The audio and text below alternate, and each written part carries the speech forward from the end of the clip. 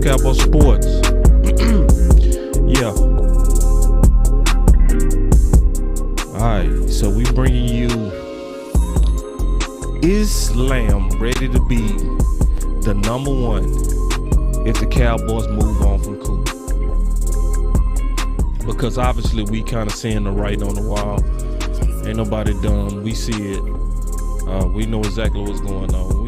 We've seen this before. We've seen this play up with Dez. Before they cut Dez, they use their media minions to attack his reputation. So it's already time to start looking at, is CeeDee Lamb ready? Now, there's some people that got different opinions on it. Some people think he is, some people think he's not. I'm gonna look at it from all aspects. I'm gonna measure all the Koolaid, and we gonna go through it. I think it's gonna be pretty interesting. I'm gonna save the answer to the end, because there's some good things and some bad things, and we'll just measure the Koolaid like we always do. It's nothing new to us. Measuring Koolaid is in our DNA. And it's important that we measure this stuff and talk about this stuff accurately. Now, for those who go stay through the whole show, this is gonna be a show that's gonna look at history, because we definitely believe that history is a good indication of what's gonna likely happen into the future. You hear some people say it where they say past is prologue. I think that's one of the best ways to say it, to where you can get a indication of what's gonna happen in the future by just looking in the past. So we go look at the past at teams that's been in the same situation, and we go see how this worked out. It's actually not too bad, so it also gives a little bit of light of what the Cowboys are likely doing. So, obviously we go dig into this Kool-Aid, so y'all just stay with us, man. We go get right into this content. I'll be right back. I gotta do some stuff on the back end with the Millennial Falcon. Give me 1 second.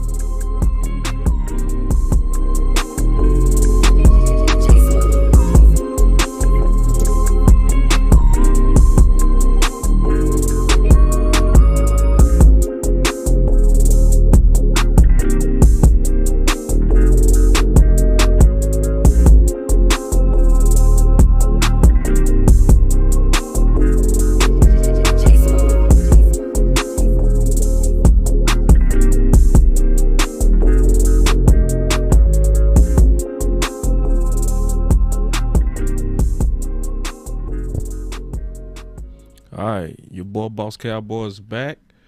We getting right into it. We got the sauce. I didn't mean to do that. Here we go. Yeah. So anyway, man, I see everybody coming in the building. I see my boy C. He coming in the building. He said, "What's good, boss? See you the first one to comment." Let me see. Let me get everything set up real quick. All right, here we go. All right, my boy C. He said, "What up? What's good, boss? What's going on, my brother?" And then Nisi, appreciate all your comments, Nisi. You're always very encouraging. I appreciate it. She also said, "Good evening, boss. Hold on real quick. Try to read your comments. Good evening. I don't think he's ready." Out the gate. Yeah. We gonna definitely talk about it, because he gave us some reasons to doubt. He did. I'm gonna be honest about that. Lamar got shanked by the butter knife. He said, "What up, big bro? What's going on?" Angelina Smith said, she said, "Good evening, boss. Sending Cowboys love all the way from Maysville, North Carolina. Do you think they're going to get rid of Amari?" Yes, I do. I do think they're going to get rid of Amari. And DeMarcus, no. I don't think they're going to get rid of DeMarcus Lawrence. I think he's fine, but I think they've geared up and they leaked consistently that they're trying to get rid of Amari Cooper. And plus, we've seen this before. This is how they do it. Before they go get rid of you, they prepare the fan base for it. And they usually salt up your name. And, it's been a lot of salt on Amari. Unjustified salt. And it's been done by, I call them minions. It's the media minions, where they're doing the dirty work. They're the hitchmen for the Joneses, because they want the exclusive. They want the story. So, they're gonna do the dirty work. And this is common. This happens on every team. They use the media. They use their contacts. And if you listen, like they saying stuff like, Amari didn't do his part to be a number one. When Kellen Moore himself said the opposite. Kellen Moore himself said that they don't prioritize. So, and this is the thing that I hate. Now you're hearing a new narrative that they're trying to act like it makes sense. Now they saying, well, if they not gonna just use them as a number one, then get rid of them. Like that's common sense. That's actually very dumb. So it's almost saying like this, well, I might as well divorce you because, we not being intimate. So I'm gonna just divorce you. Well, we could also fix the marriage by being intimate. You see what I'm saying? You don't have to go to being dumb just because it's dumb. You know what I mean? But they try to talk to us like that makes sense. Like somebody say, yeah, if we're not going to use him like a number one, then let's get rid of him. No, we can decide tomorrow to use him like a number one. Really, that's simple. So let me just continue to say how my lows, and then I'm going to get into this content. I see Spoonie Dog. He say, what's good, boss? What's going on? Shane, I see you in the building real quick. Y'all Shane, hold down Facebook for me. Make sure everybody acting okay over there. He said, boss, if you were the 8-8 in Dallas, you better be the number one receiver, like the movie says. With power comes responsibility. Yeah, but see, this is the problem with that, Shane. They gave him the 88 before he even earned it, right? So why even give him the 88? The guy that really, to me, should have had the 88 should have been Cooper, because he earned it, right? We didn't know what CeeDee Lamb was going to be. They made an assumption that he was going to fit the mold of the legendary 88. And it's almost like they trying to force it. And we're going to talk about that. Coach Marv, he in the building. He said, what up, boss? What's up, coach? Chris said, salute, boss. Talk that talk. Absolutely. We go do that. Tandra Scott said, what up, boss? I see y'all coming in the building, man. Y'all up in here deep. Man, I appreciate it. He said, what up, boss? What's going on? My boy Keystone in the building. Y'all get ready. We finna start really unleashing a lot of content, Keystone and I, about these draft prospects and all that kind of stuff. My boy Keystone said they won't get rid of him knowing they'll be scared one of our own division rivals can snag him if they want to eat their own words. Ooh. Yeah. And before we get into the content, this is the thing that I'm going to tell y'all that I hate worse about this. What I hate is when people do bad business with people that do good business with them. That is not cool. So when, like for instance, like Stephen Jones came out and say, if you getting paid to what type of money that he's getting paid, we expect you to be the best. Well, actually, you didn't pay him like he was the best, because he had a better offer from the Washington football team. Yeah, he had a better offer from the Washington football team, and he walked away from it to be loyal to the Dallas Cowboys. And how's he being rewarded publicly? How's he being put out there publicly? He's been put out there publicly as if he hasn't been doing his job. So is this the same Amari Cooper with nothing but backup noodle arm quarterbacks that got over 1,100 yards? 1,000 yards last year? This is the same guy that actually got more targets with backups than he did with Dak? But that's how y'all reward people that do good business. So he give you a team-friendly deal. Why would anybody, and I'm going to ask this question, if I'm a number one, if I'm a receiver, why would I even want to come to Dallas? Why would I want to come to Dallas if I come to Dallas and I play, but they don't want to pay me, then they go under-target me? Or they go salt my name up to the public, which also hurt me with the other 31 other teams, while you trying to your fan base. So, but just getting into the content, I'm gonna get into it, because I'm telling y'all, I've seen all this before. So I told y'all this go require us to go back in time and look at history, okay? because I've been researching this for a while. So the first time we had this crisis, I researched this. Okay, I'm gonna go through the research together with y'all. So y'all be patient, because we go through history of teams, okay? And I'm gonna explain some of the philosophies that I looked at and why I'm gonna be able to answer the question, right? Is Lamb ready to be the number one if the Cowboys move on from Cooper? So we go really dig into that. So it first starts with like what was happening with Dez Bryant. So I'm gonna go back in time a little bit and we go discuss just that period, and then some of the research I was doing. We go catch up the research, and then we go narrow it down to that question. So y'all got to stay with this one. This is something that you got to stay to the very end. And when you get to the end, after I kind of unveil all the evidence and the research that I've done, I've been looking at this for years, by the way. This is not something I just looked into. It's something I've been looking at for a long time, at least since 2018. So I got a good feel. So here we go. So let's go into it. So in April 1st of 2018, I wrote this in a group, okay? True Blue Nation Media Fan Club is where I wrote this. This is where I used to do a lot of my lobbying for ideas, because I used to put a lot of my ideas in groups to get the word out on stuff. Obviously, that was way under what I'm doing now, but it was the same spirit behind what I was doing, okay? And I said, with the obvious major interest in first-round graded receivers by Dallas, I looked deeper into history, okay? So explaining what was going on, obviously Dez was around during this time, and they was publicly, like they doing about Cooper, publicly talking about the number ones. They was going, looking at Sutton and all of that kind of stuff, and they was having a real interest in receivers during the draft. If everybody remember, they had a bunch of interest in the receivers. So that was some writing on the wall as well, that they was looking at potentially getting rid of Dez. And I said, there's a chance that Dallas executives have grown tired of Dez and could be looking for a new 88. Super splash for this rare draft in our own AT&T Stadium, right? So I'm gonna skip all that part.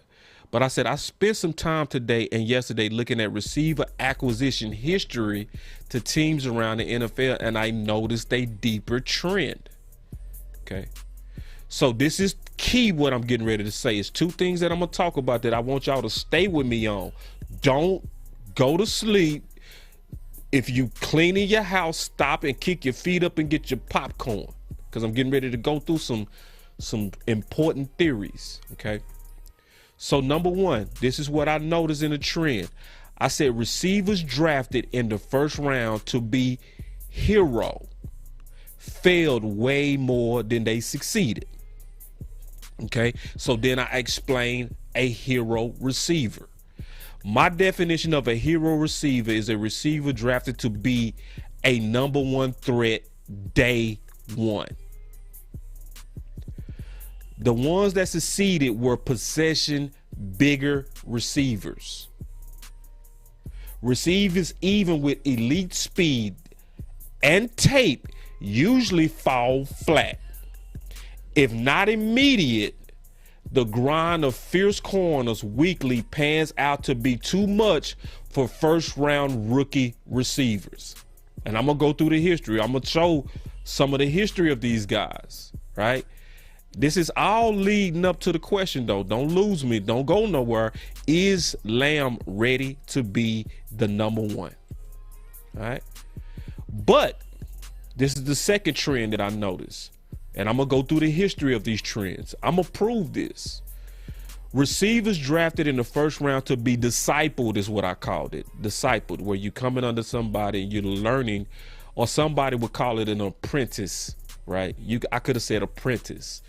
But receivers drafted in the first round to be discipled, or I could say an apprentice, have a very low failure rate. I'm going to say that again. Receivers drafted in the first round to be discipled have a very low failure rate. Even better, they seem to develop into super quality pros. At worst, you will see average to epic pro transitions. So this is the key part that I'm gonna talk about. I looked at all the first rounders drafted back to 2012. It's pretty obvious to me, it might be difference of opinion on a few, but most should agree with my list. Okay. And basically, if we look at the heroes, right?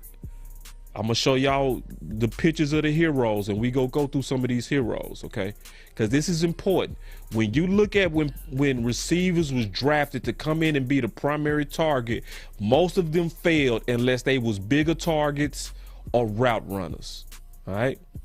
So like AJ Green, he succeeded, obviously, right? But then you had Kendall Wright, failure. Okay, he was drafted to be the primary target, didn't work. Justin Blackmon, didn't work.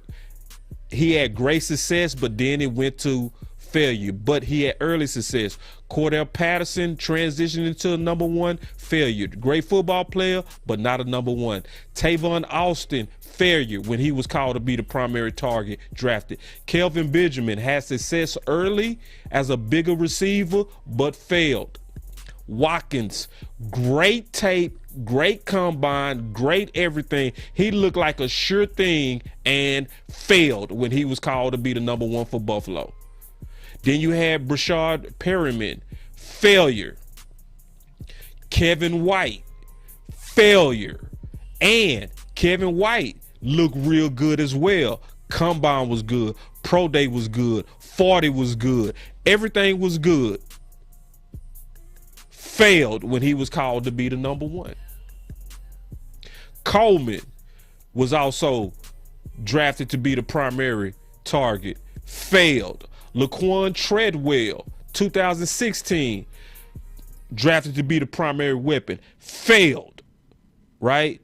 Corey Davis, where he was drafted, he had a pretty good career. He did get a contract with the Jets, but based on where he was drafted,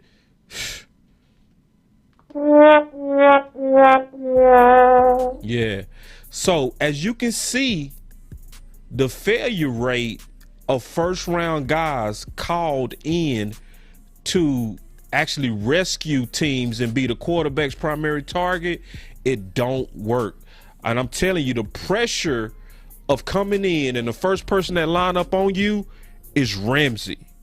Then the next week is Diggs. Then the next week is the next best corner. So when you come in and you the primary target, you are going against the best corners on every team.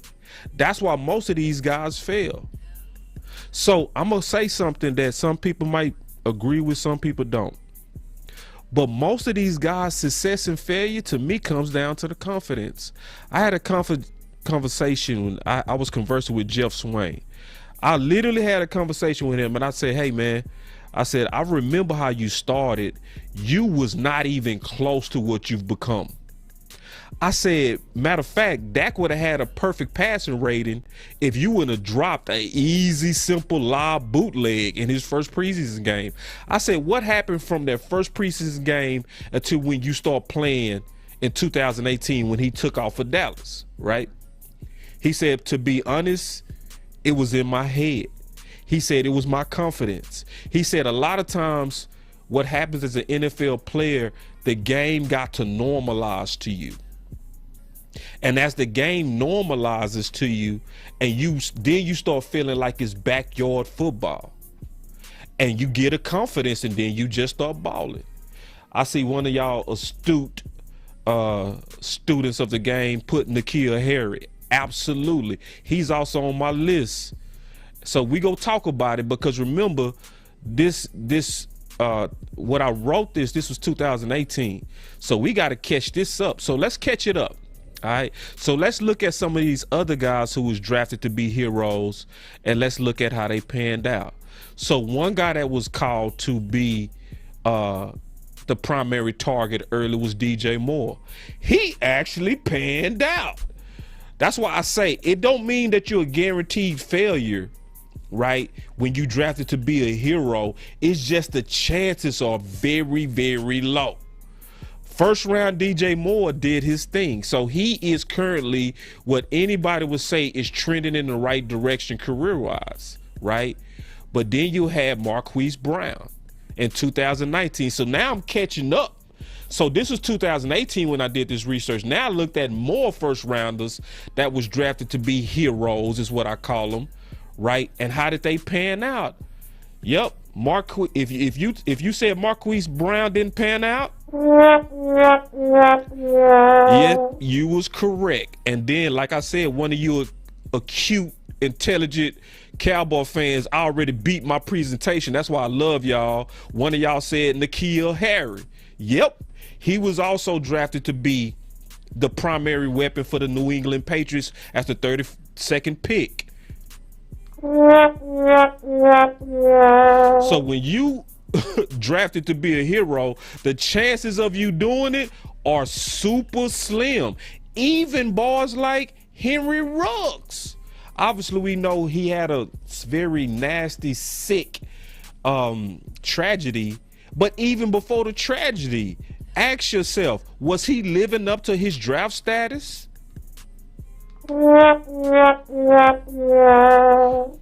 Yeah, he was not.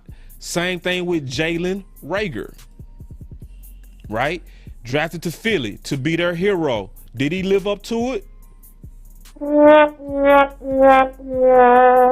Yeah, and somebody said, bruh, CD is the number 2 receiver. I'm going to get to that, Jack. I'm going to get to that. Everybody calm down. That's why I say y'all got to stay with the whole presentation. Listen, when y'all come to Boss Cowboy Sports, I'm not going to just give you cookie cutter content. I'm not going to just turn on the screen and start talking. This is research. So I've researched this and I'm showing you all the research that's showing that what I wrote is mostly true.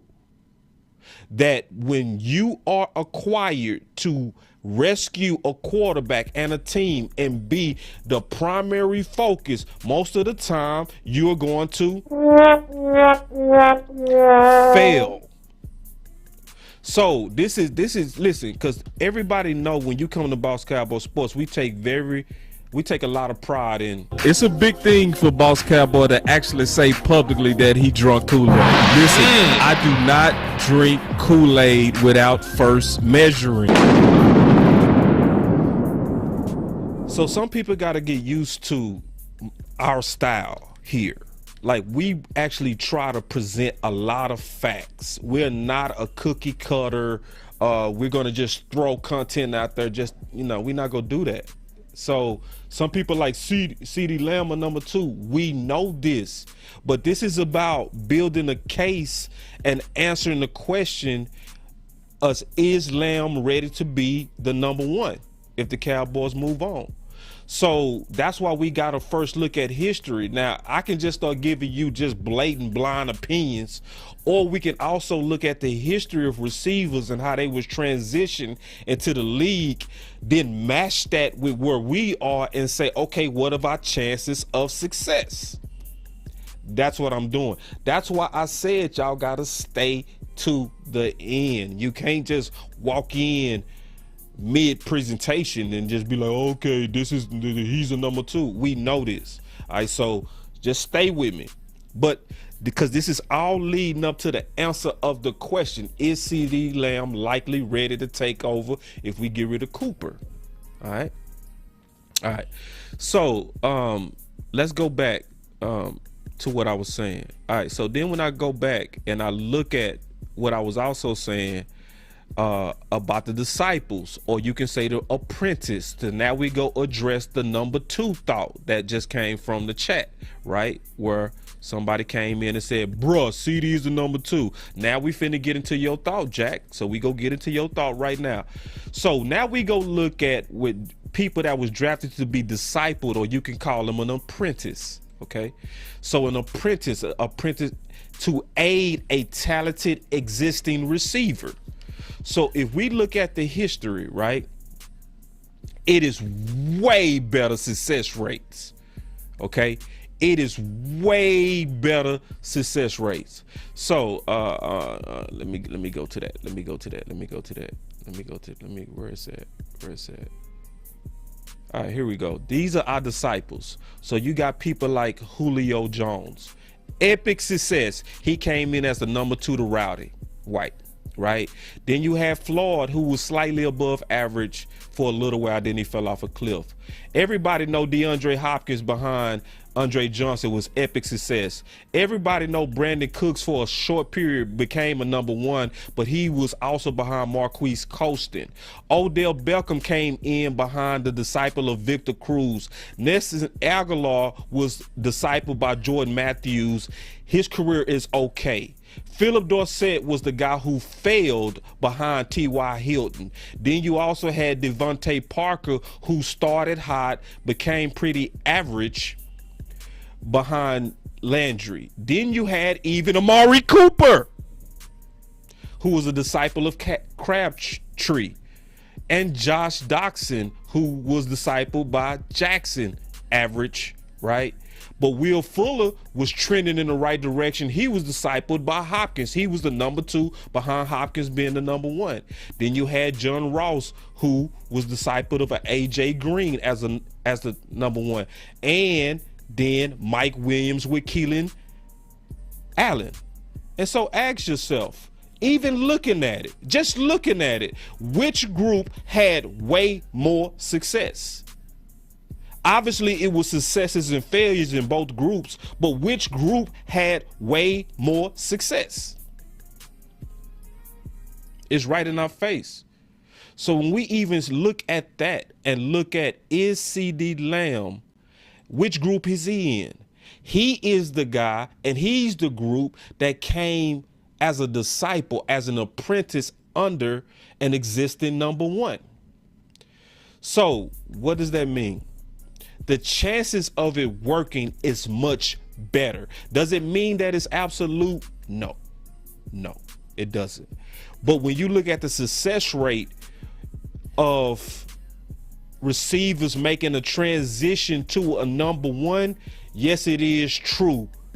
If we truly measure in the Kool-Aid of history, right, that is better when you allow a highly talented receiver to first be weaned from a number 2 and build up eventually to become the number 1. So y'all should see where I'm going. So I'm not going to answer the question yet. I'm going to still catch up. I'm going to catch up to where we are now, and we go talk about, that's why I say history is important, because it's going to kind of paint this picture. So now let's look at, in my opinion, as we catching up to the times,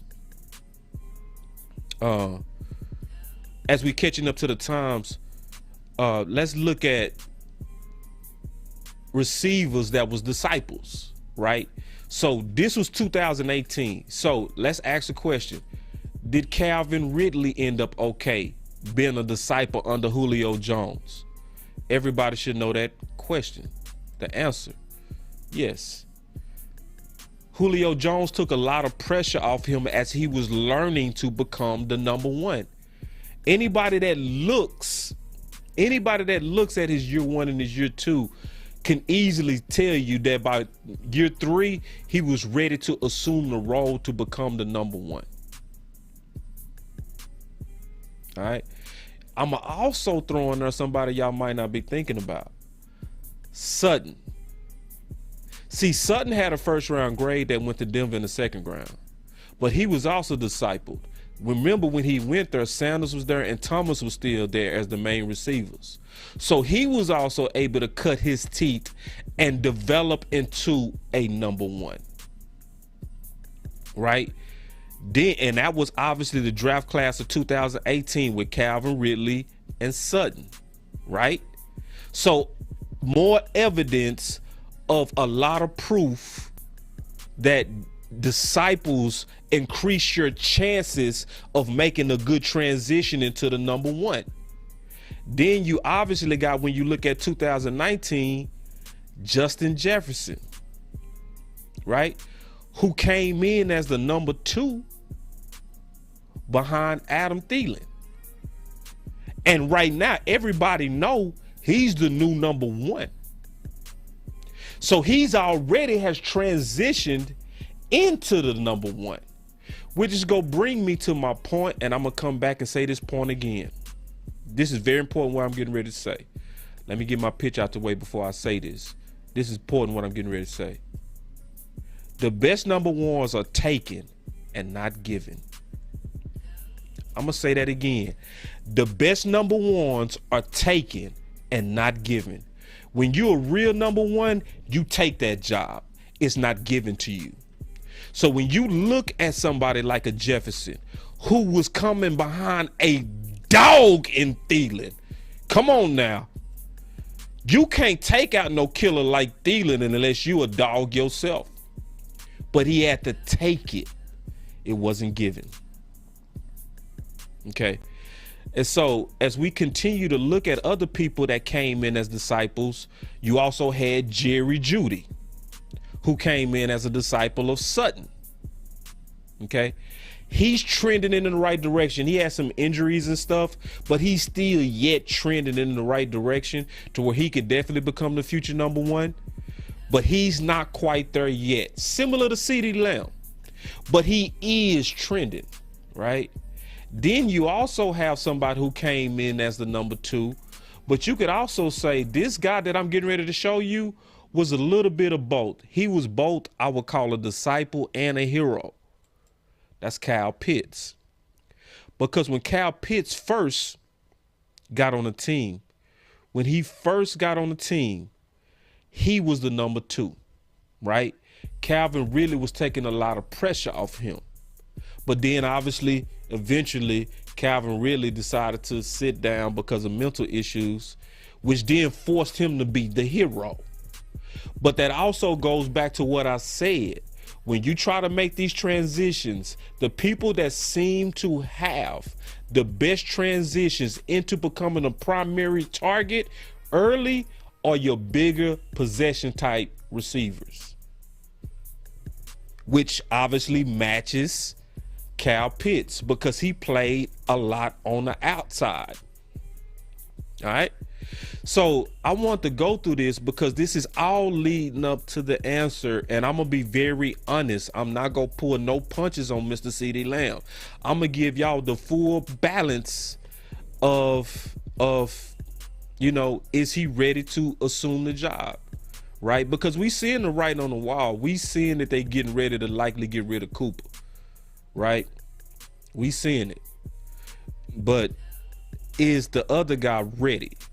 So I just went through two things that was important to this presentation that everybody should be caught up on that I had to do. I had to talk about the hero theory and the disciple theory in terms of transitioning into the league and having a successful career. So if you've been keeping up this long, now I'm getting ready to get to the major points of is and will CeeDee Lamb likely be prepared to assume the new number one. So I'm gonna go back in history a little bit, just a little bit more, and then I'm gonna answer it, and then we go from there. So this is also from 2018, where I was breaking down this theory from my research, right? So y'all stay with me, y'all. I know sometimes Boss Cowboy can be a little bit schooly, but school is important when you're trying to learn some key facts and get a plan towards the future, right? So I said this, I say teams that added weapons early in the draft to an aging all-pro receiver performed great. The receiver groups performed well in the short run and medium run. First round receivers' careers seem to be much better cutting their teeth under an aging all-pro number one. By the time the aging all-pro receiver retires, the new first is usually discipled into a serious offensive threat. And I give some history on it. All right. I show some of the history. So I'm not going to read all of this stuff. All right, I'm not going to read all of this stuff, but it does match where we are right now in a transition of Cooper versus Lamb. It matches it. This is the problem with Cooper versus Lamb, though. There's a key problem when you look at Cooper versus Lamb. Cooper is not an aging receiver. That's the problem. This is what's making a lot of Dallas fans upset, because this plan is awesome when your receiver is in his 30s.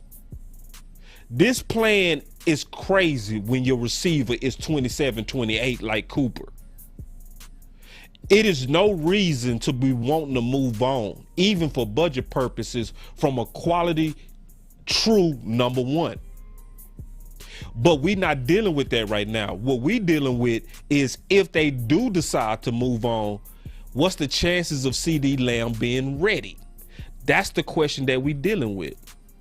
Because when you look at this though, and you compare this, there are some teams out there that has successfully implemented this strategy for years. I don't mean for like 3 and 4. I'm talking about certain teams have implemented this strategy for years. We can even go to Green Bay. I'm gonna tell you right now, the teams that's the best at this strategy, the discipleship apprentice strategy: Green Bay, Pittsburgh, the Colts, amazing at the strategy. Matter of fact, there is no team that's better than Pittsburgh with this strategy. Pittsburgh been doing this, I think, since the 70s, the discipleship models. But I'm gonna look at Green Bay and go through their history, and then we go sum up the question.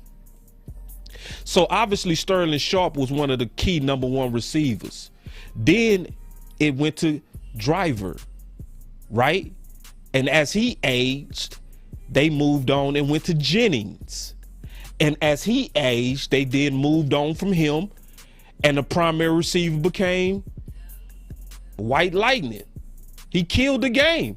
But he also then, when he aged, they moved on to what we know now, Adams. But see, all those guys in that system started out cutting their teeth first as the number 2. All of them as the number 2 or number 3. White Lightning was the number 3 before he eventually became the number 1. So this strategy has a high success rate of successful transitioning receivers to eventually become the number 1. So even if you look at Atlanta, you had White. White ended up being the number 1, who then Julio was the number 2, who then became the number 1. After that, he became the number 2 after Ridley. And then we now know it's Kyle Pitts. Like, this stuff really do work when you doing it the right way. And guess who also it worked for? The Dallas Cowboys. Yeah, before Dez was the number 1, he wasn't the number 1. It was Austin. Yeah, he came in as the number 2. And eventually, in 3 years, year 3 is where they made the full transition of him becoming the number 1. And we know the history that 88 transition worked out great. But he didn't have the pressure of coming in to be the guy to get all the targets early. He didn't. Dez didn't. And we know how his career turned out. I already went through this, but I'm gonna go through this again, just one more time, right? Talking about Justin Jefferson, because he was drafted in the class with CD Lamb, right? Yeah, Justin Jefferson versus Adam Thielen. Came in as a number 2, and he took the number 1 job from Adam Thielen.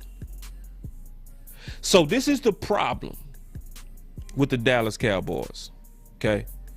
The problem with the Dallas Cowboys is, to me, they going away from the philosophy of when you're trying to make the perfect ideal transition.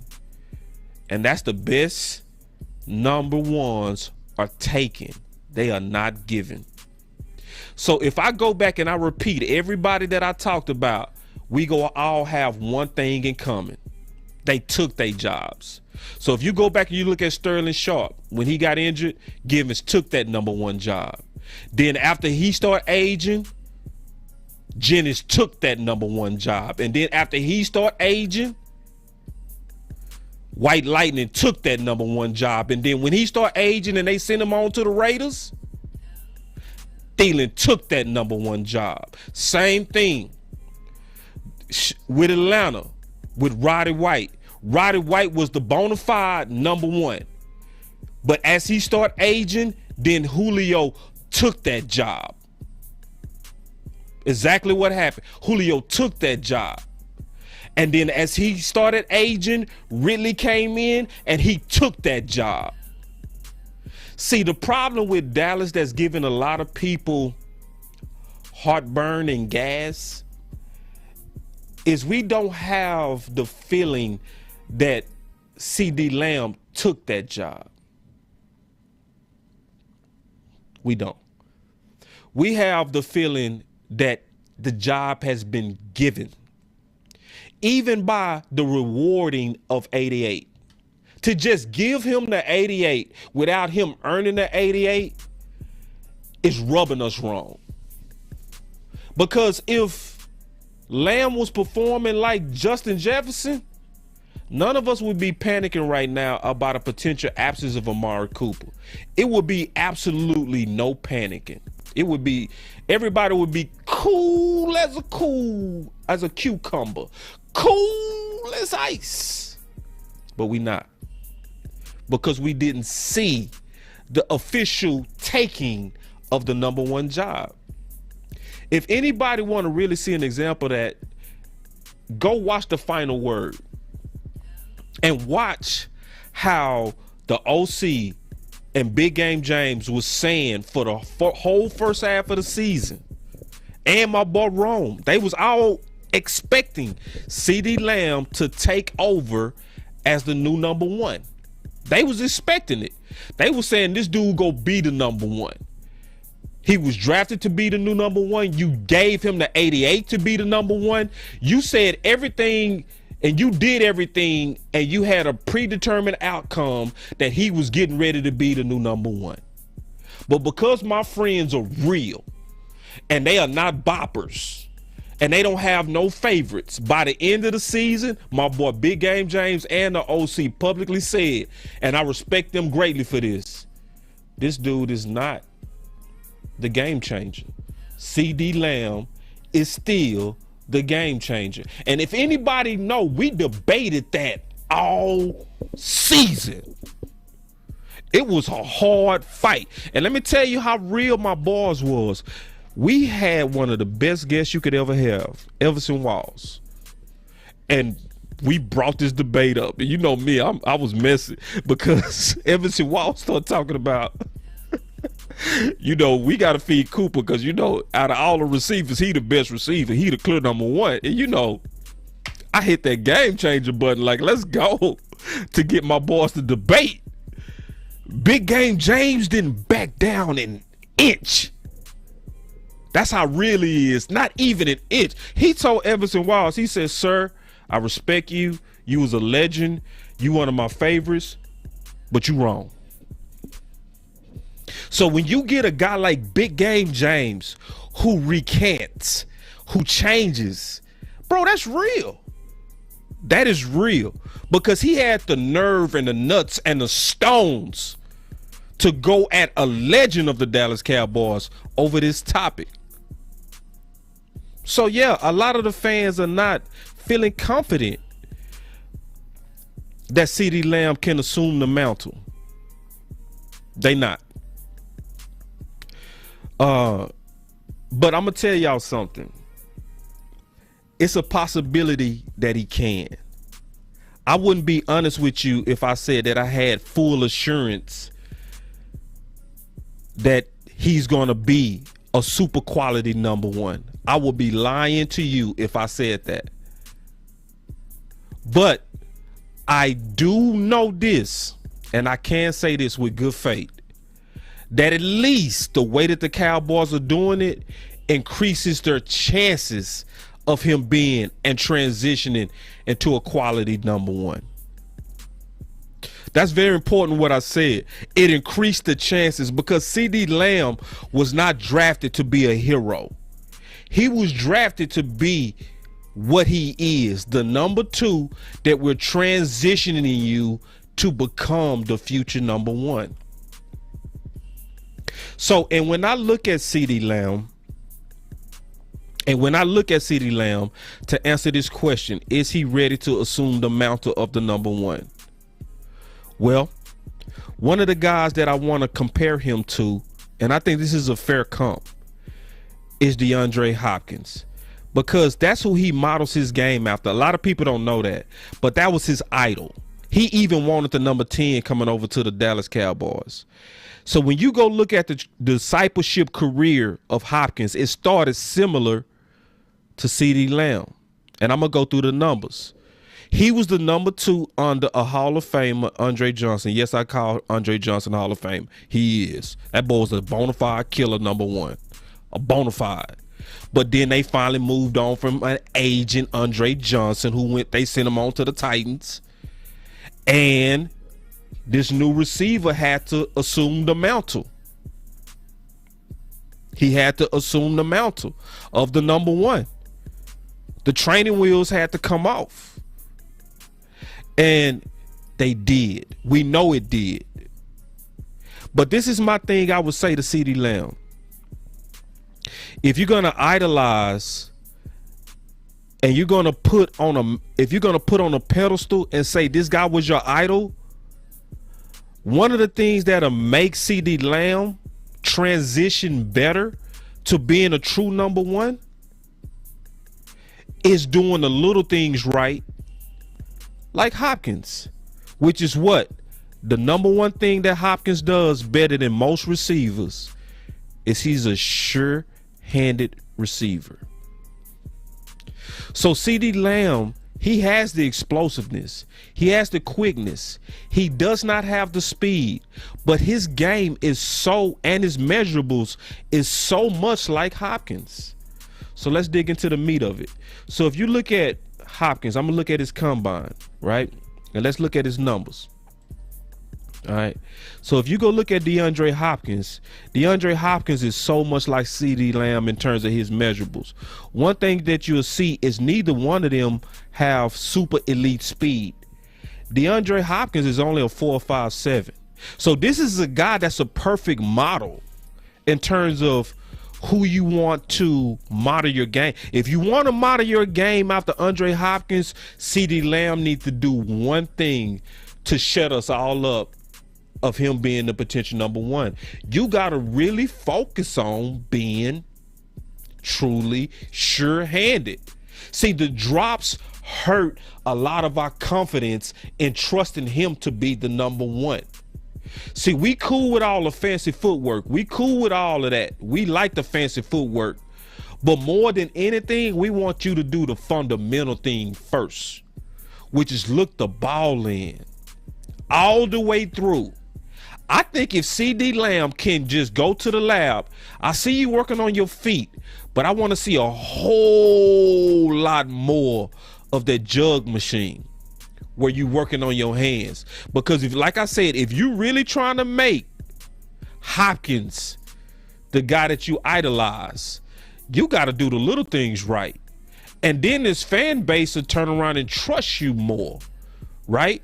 Because we know you got it, Lamb. You was drafted rightly so at 17 because you was the best things there. It was no doubt. But because it was given to you, more than likely, he taking it a little bit for granted. They gave him the 88. You got to make boys earn that 88. That's what I don't like about the Cowboys. They come in too much with these predetermined outcomes and they go force it.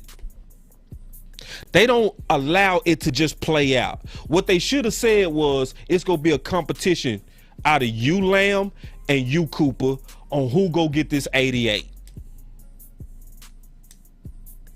That's what they should have did. But what they did is they said, oh, we drafted you at 17. We're going to anoint you to the 88.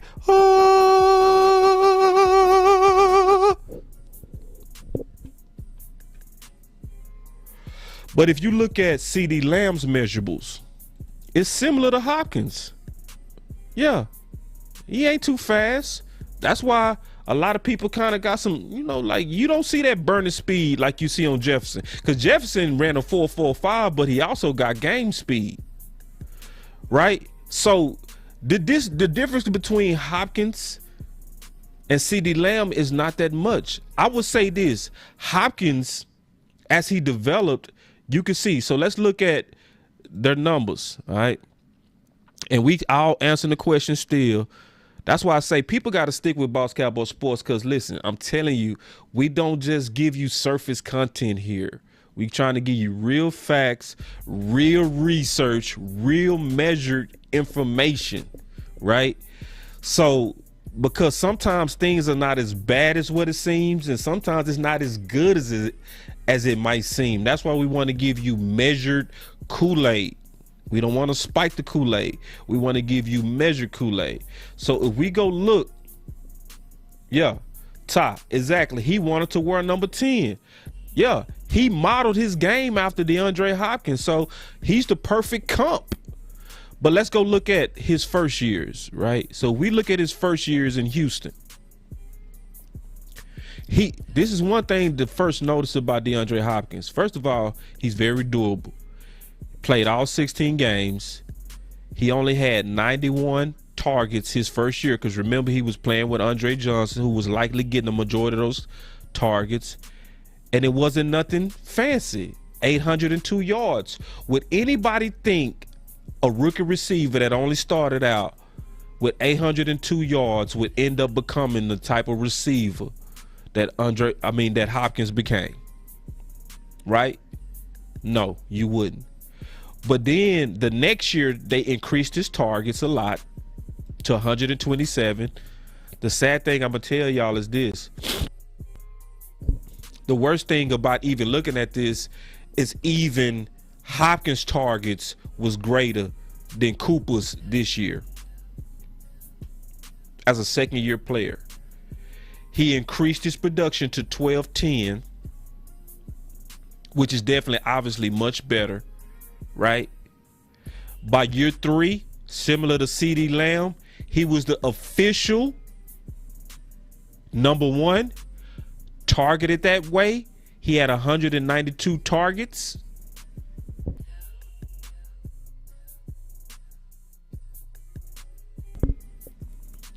And 111 receptions. Now keep in mind, Cooper this year only had 104 targets. And because they targeted him and treated him, and Andre Johnson was gone at that time, he exploded.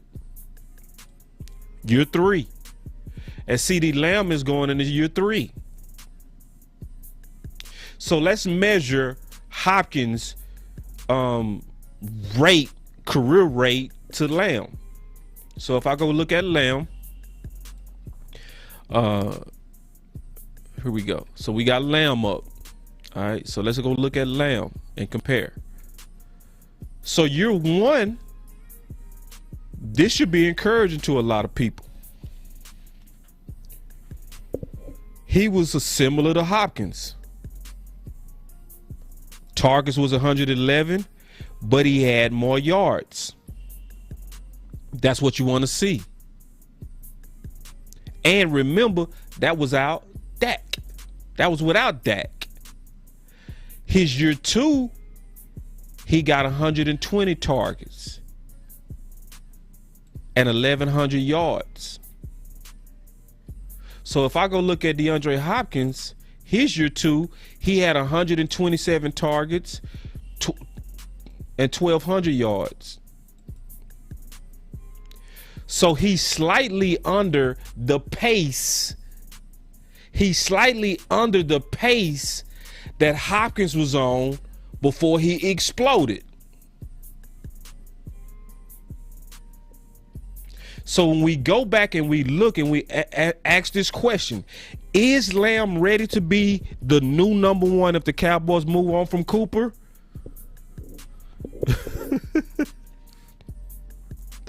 Y'all don't get mad at me, because guess what? The answer is, it's up to Lamb. If he's ready, it's going to be up to him.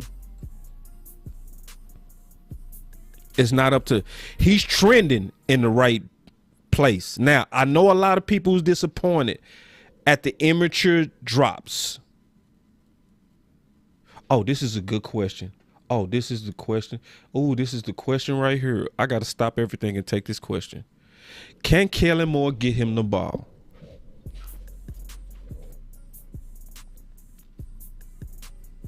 Yeah, they go give him the ball. Yeah. I think they go give him the ball, John. I'm going to tell you why. Because remember Mike McCarthy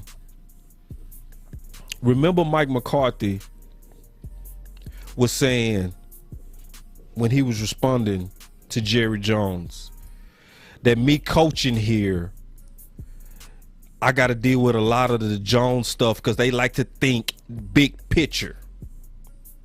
I wish Rich would have drilled down more of what is big picture. But when I heard that was telling me that the Joneses like to have way too much going on other than the current state or current year of football. I really do believe with all my heart that they sometimes try to be too forward thinking to where they don't take care of the now. So, like for instance,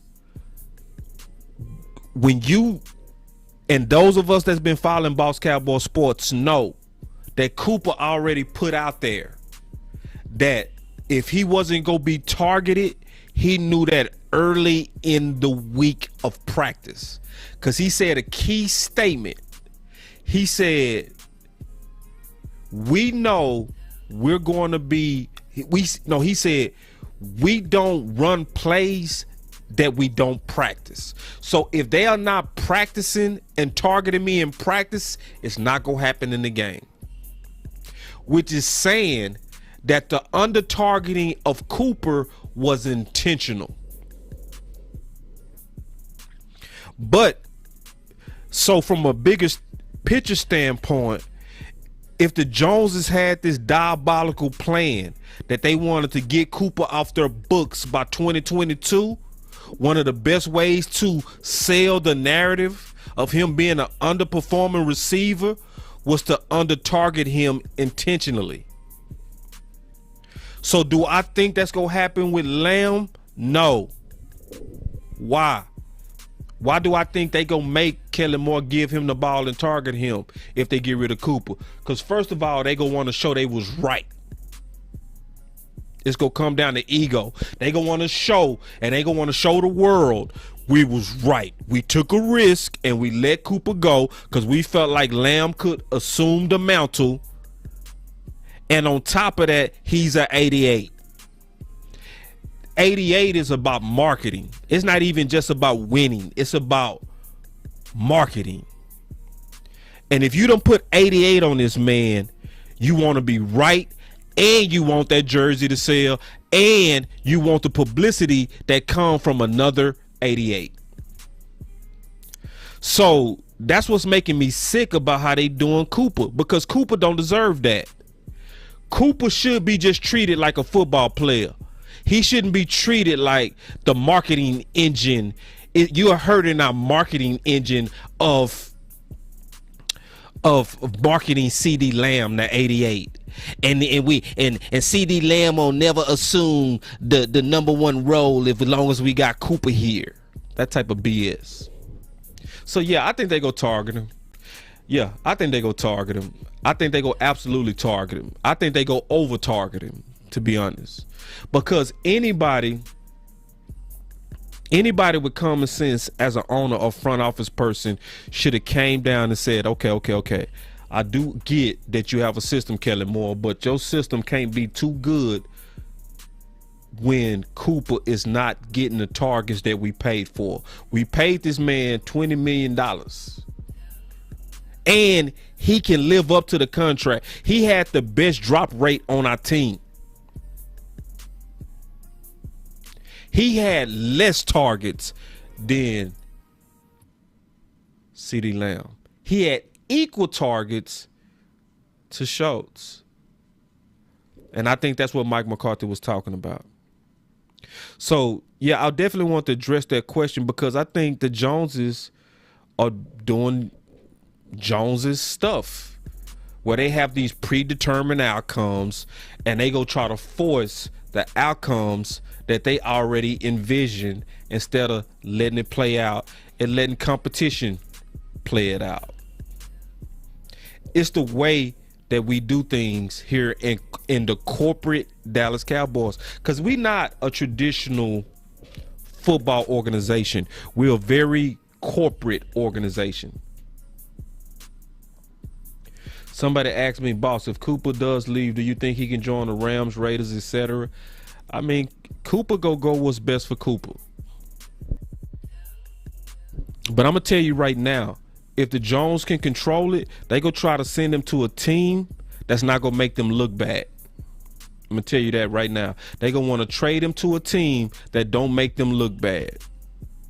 Because the worst thing that the Jones want, they don't want Cooper to go to another team and then put up 1,400 yards, which he should and can do. Yeah. I tell you what. If he did end up at the Rams, they going back. Yeah, because I guarantee McVay. Okay, so if you got Cooper Kupp as the number one and Cooper is your number two, oh, that's 1,600 yards. That's 10 touchdowns. I promise you that. You saying put Cooper in the slot versus nickelbacks. Oh, don't let him go to Green Bay. Don't let him go to Kansas City. Don't let Cooper go to, listen. Yeah. So, but we see the writing on the wall. But I want to answer that question because I do see it's a lot of panic in the air over Cooper, right? It is, and it should be, because the Cowboys are doing this backwards. All the examples that I showed of discipled receivers that work, this is the thing. Those receivers was taking out aging receivers. Amari is not old. That's what makes this whole thing crazy. And this is what I hate. I'm talking about not dislike. This is what I hate. What I really hate about the offseason is the cap nerds. Every year we get the most self-righteous, dumb cap nerds. I can't stand cap nerds. They always act like the key to winning the Super Bowl is cap management. Like we've been managing the cap extremely well for the last 8 years. We ain't got no major success to show for it. And then we do stuff so backwards. We got people like Amari Cooper who publicly gives you a team-friendly deal and you reward him with open treachery. And then expect teams to want to come here. Yeah, it's a couple of foo-foo guys out there that want to be Dallas Cowboys so bad that they will ignore the BS and the politics that's in Front Street. We got a head coach who literally had to say, I've never experienced nothing like this in all my coaching career. Public talking. Public throwing people under the bus. This only happens in Dallas. Only in Dallas will the owner come out with the running back looking to be paid and say, Zeke who? All the other teams are quiet. That's what trips me out. All the other teams do their dirty work quietly. Dallas got to air out everybody. They air out their best. It's the craziest stuff in the world. They would air out Mike McCarthy. They will air out Dak.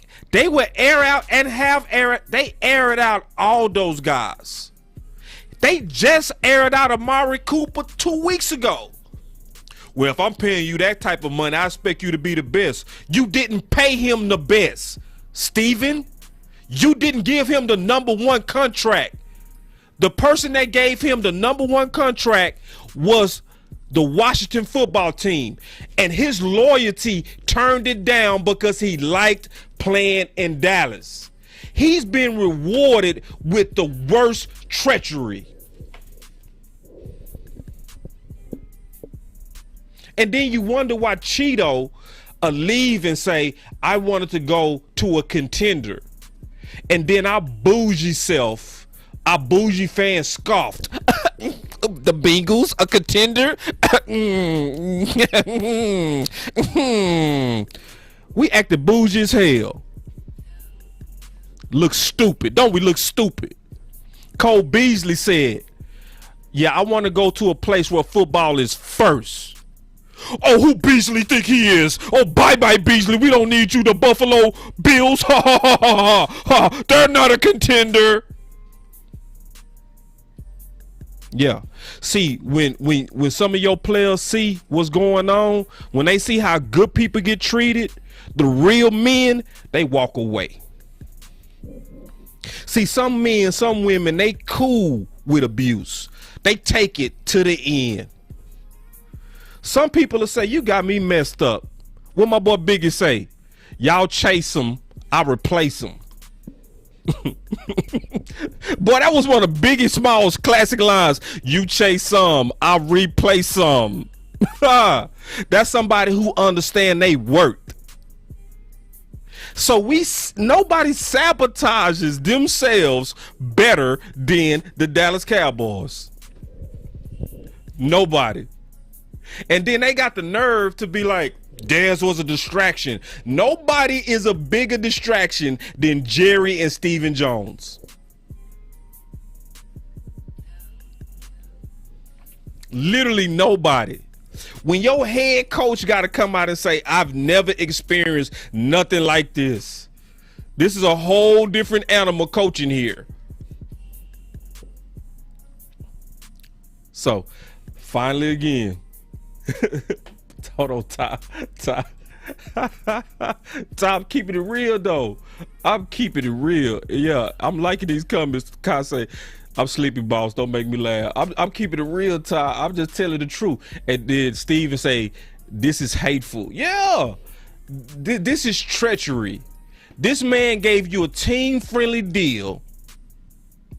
He's not loud. He's not obnoxious. He's not a me-for-me receiver. He's just a silent assassin who wants to win.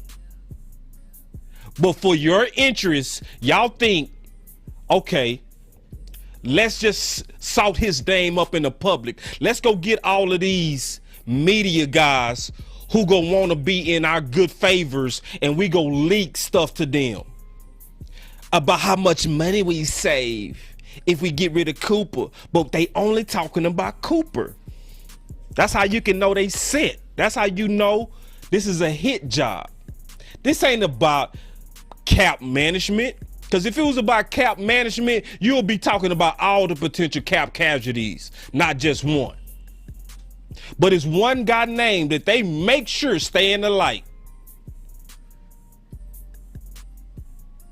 And I'm going to tell y'all the truth, man. I do not have a good feeling about our future when it comes to karma, when you see good men being done wrong. And that's what's making us have an icky feeling. And the Joneses don't understand it. I'm going to tell you, I would rather that they targeted him He balled out and they silently just cut him. And then came out and said, hey guys, we know Amari was a dog. We did not want to do it. We felt like we had to do it.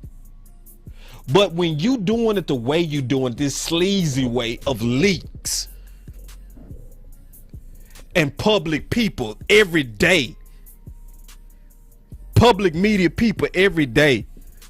Like one guy said, yeah, Amari need to act like a number one. What is acting like a number one? Can somebody explain that? Because did he act like a number one when he got over 1,000 yards with backup quarterbacks? Wasn't that acting like a number one when he had no offseason with Dak, came in mid-season and still had 700 yards with Dak? Isn't that acting like a number one? So y'all want to wait till COVID, a COVID year where he missed 2 games and he don't miss games, to then make this case that he's not worthy. And it's treating the fans like we stupid. And Jerry and Steven, I don't think they see that this is a different year. The Cowboy fans are at a whole different level of fed up this year. And they walking on thin ice. See, they conducting themselves like everything is the same. We go say this in the public, but we go really do what we want. But see, they don't see that it's a massive exodus of fans that just sick of how we conduct ourselves. They sick of them saying, oh, I would give, if y'all knew how much I would give. How about just give silence in the public? How about that? How about not throw your best players under the bus for contracts like the other teams don't? Why don't you treat your best players like they appreciate it, like the other teams do? You don't have to pay for that, Jerry. This has a feel of sleaze. This has the ultimate sleaze feel. That's what's making it. It's not that they go cut them, it's how y'all going about it with these old fake leaks that y'all don't think we see through. And we see right through it. Then they try to, he didn't earn it. He didn't have a good year with 104 targets. So, I know I got off on a tangent real quick, but I just want to speak my mind. This don't feel good. This makes me, listen, I'm finna be a whole nother level of real. I hope y'all ready.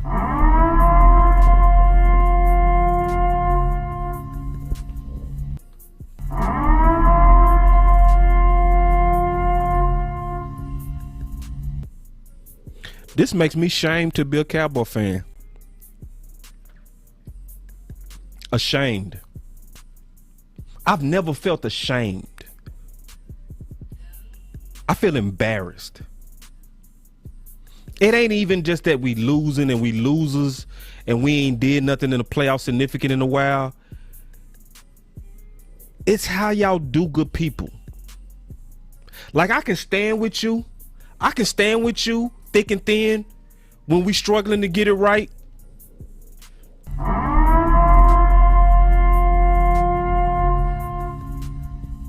But I don't want to stand with you while you do good men dirty. I don't want to stand with you. You make it hard to support you. You make it hard to cheer for you. You make it hard to hope in you. Steven is running stuff a lot different than Jerry. I could rock with Jerry through the hard years because at least Jerry was a lot more loyal. And I mean what I'm saying. I mean what I'm saying. It's like I want to take a shower when I talk about the Dallas Cowboys now because I feel icky. And I feel like this is so corporate America, so political. Yeah. And that's how I feel about them now. Because it's just not right. I'm not cool with this. And listen, y'all, I'm telling y'all, I have real conversations with real influential people. I had one of my closest podcast friends, a bunch of them, tell me, boss, I don't even know if I want to do content for these boys no more. A whole lot of them. I ain't talking about one or two. I'm talking about a whole lot of them. Like, man, it's this corporate Cowboys. I don't want to be a corporate Cowboy. I want to be a Dallas Cowboy supporter. I don't want to be a snake supporter. I don't want to support you when you doing snake business. This man gave you a team-friendly discount and y'all rewarding him with treachery. You can't find the demeanor of a receiver like Cooper. Most receivers are very diva-ish. This man plays chess. He works with people. He works on the cerebral side. He tries to get the guys together. He's not selfish. He did not argue out in the public. This has the taste of a silver spoon corporate elite cutthroat leader, to where it's about me at all costs. See, at least Jerry Jones, I can say this, under Jerry Jones' leadership, remember when that guy Brent got in trouble, that defensive tackle, because he was driving and he killed his friend or brother? See, Jerry stood with him on the sideline when everybody was saying, Jerry needs to fire him. He said, nah, that man need his day in court. And until that man get his day in court, I'm standing with him because he's my guy. He's on my team. That was loyalty. I could support that. I could ride with a Dallas that does stuff like that. And that same guy had a mental breakdown about a year ago or 2 years ago. Jerry still stayed behind that man. Everybody know the playmaker, and a whole lot of other people got in trouble, right?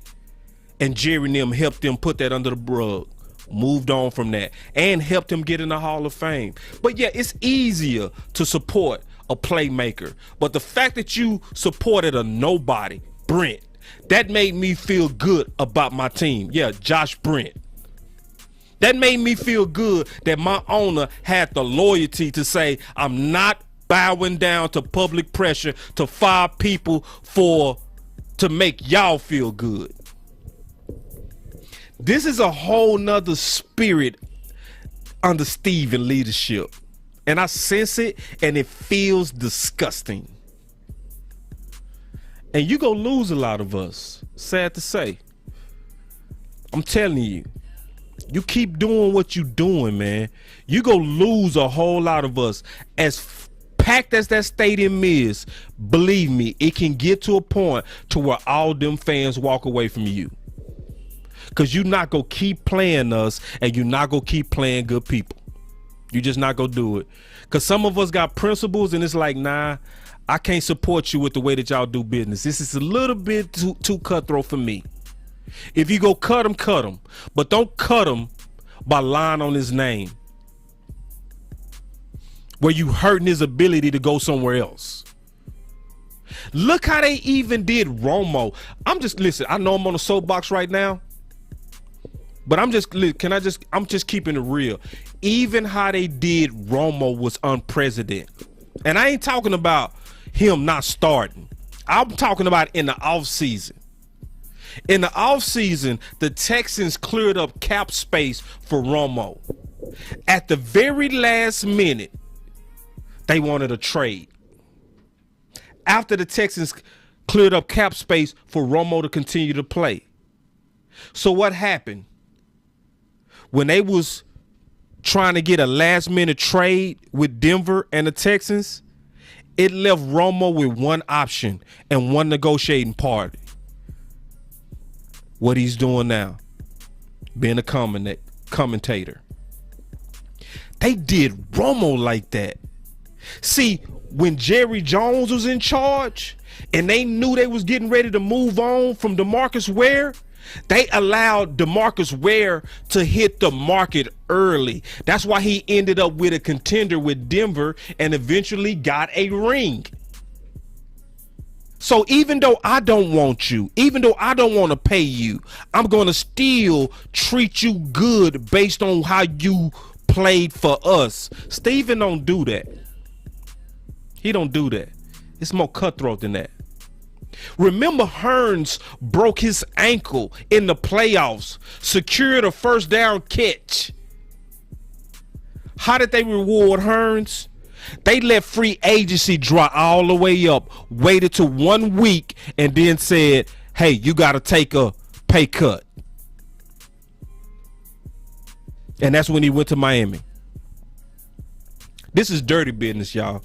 This is not the type of business that makes me proud. And it shouldn't make you proud. It shouldn't.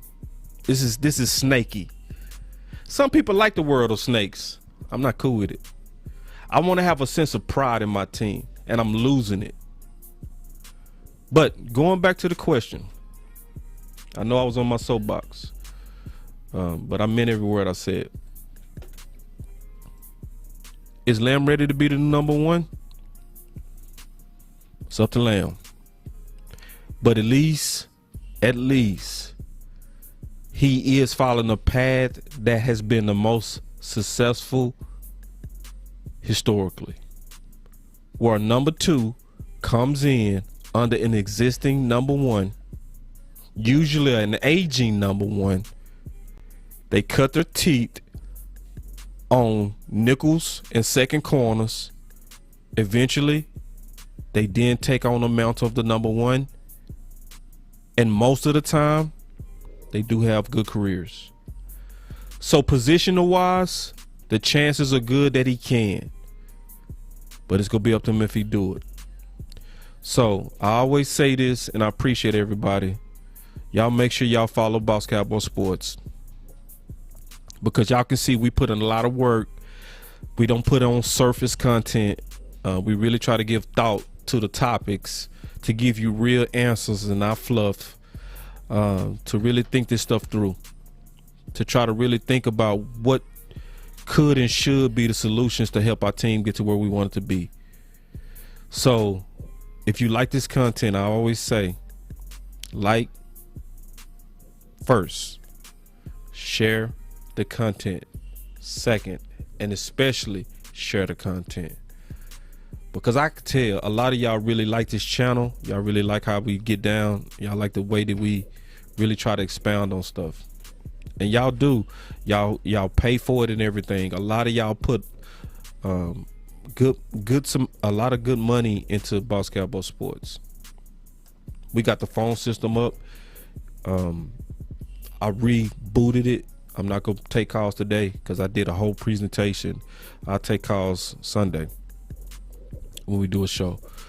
But we just want to say thank you for all your support and all that kind of stuff. And y'all definitely continue to share this content, man, because we definitely believe in it. And we definitely believe that the things that we said are going to move us closer to 6, especially if we take heed to it. Y'all stay up. Peace.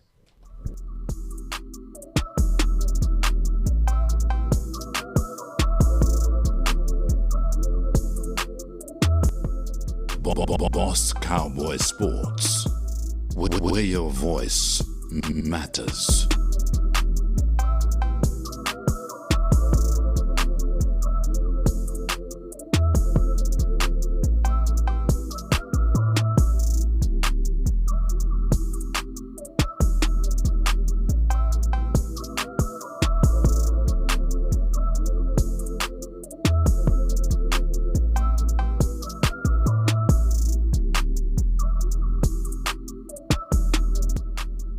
Boss Cowboy Sports.